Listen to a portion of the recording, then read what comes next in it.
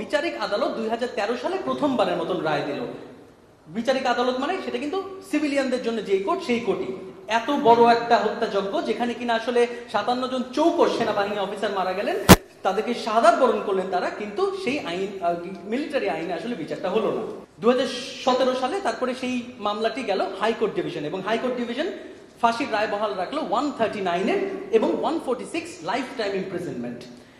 2017 রায় দেওয়ার পরে 2020 সালে প্রথমবারের মতন হাইকোর্ট ডিভিশনের 30,000 পাতার রায় আমরা পেলাম, এবং যখন কিনা 30,000 পাতার রায় পেলাম, এটার পরেও কতগুলো বছর চলে গেল, কিন্তু অ্যাপেলেট ডিভিশনে কোনোভাবেই আমরা জানা গেল না যে এখন মামলা অবস্থাটা কি।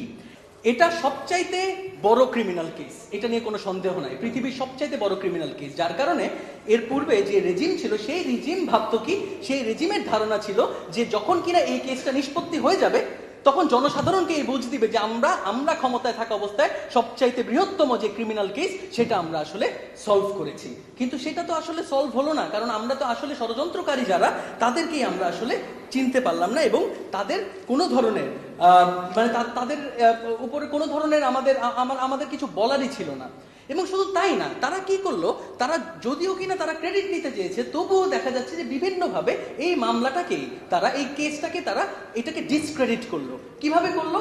তারা বেসিকলি ভিতরে আপনার প্রিজনের ভিতরে অনেকগুলো বিডিআর জওয়ানকে তারা হত্যা করলো, এবং যখন অনেকগুলো বিডিআর জওয়ানকে হত্যা করেছে সিস্টেম্যাটিক্যালি, বোঝাই যাচ্ছে যে আসলে তারা এই হত্যাযজ্ঞ চালিয়েছে ভেতরে, জেলের ভেতরে, যেন কিনা কোনো ইনফরমেশন বের হয়ে না আসে। এইটা তারা খুব প্ল্যান আকারে তারা বেসিকলি করেছে।